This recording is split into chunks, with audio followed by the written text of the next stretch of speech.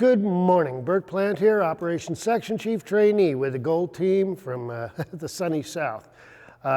Welcome to November 25th, happy Thanksgiving Eve. We're here today to talk a little about what the plan for today is. Yesterday we did have our snow out this way. The roads got kind of treacherous.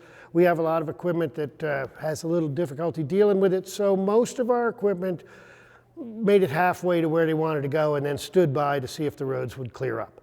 Today we're in much better shape. It's quite a bit chillier, but it is dry. It's going to be sunny and windy, and we expect to be able to get a lot more work done today. So the plan continues.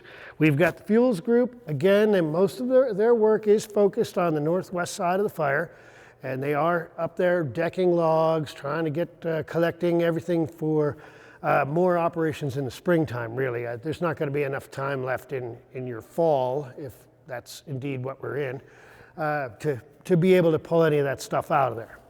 The repair group is finding more and more to do into the center of the fire. They're busy. They're taking care of everything as they find it.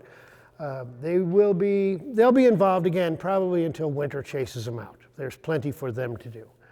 One of the more interesting jobs we have today will be the suppression group going down into Pingree.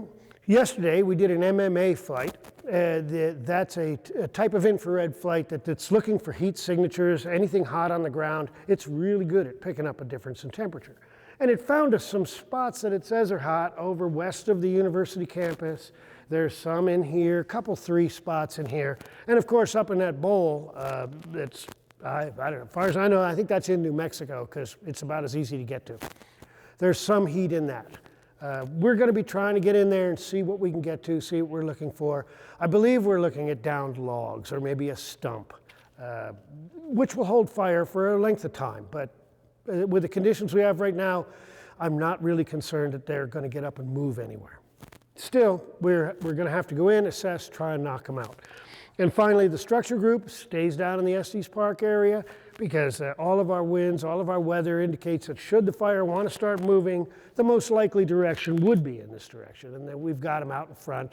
And they're going to be assessing all of our pumps and hoses, making sure that we haven't frozen anything to death, and getting out, starting to pull out what we don't need. That's our plan for the day. I'd like to wish you all a very happy Thanksgiving. And I'm told that a little of me goes a long way, so we're going to start doing these every other day, and you'll just have to live with what you've seen here.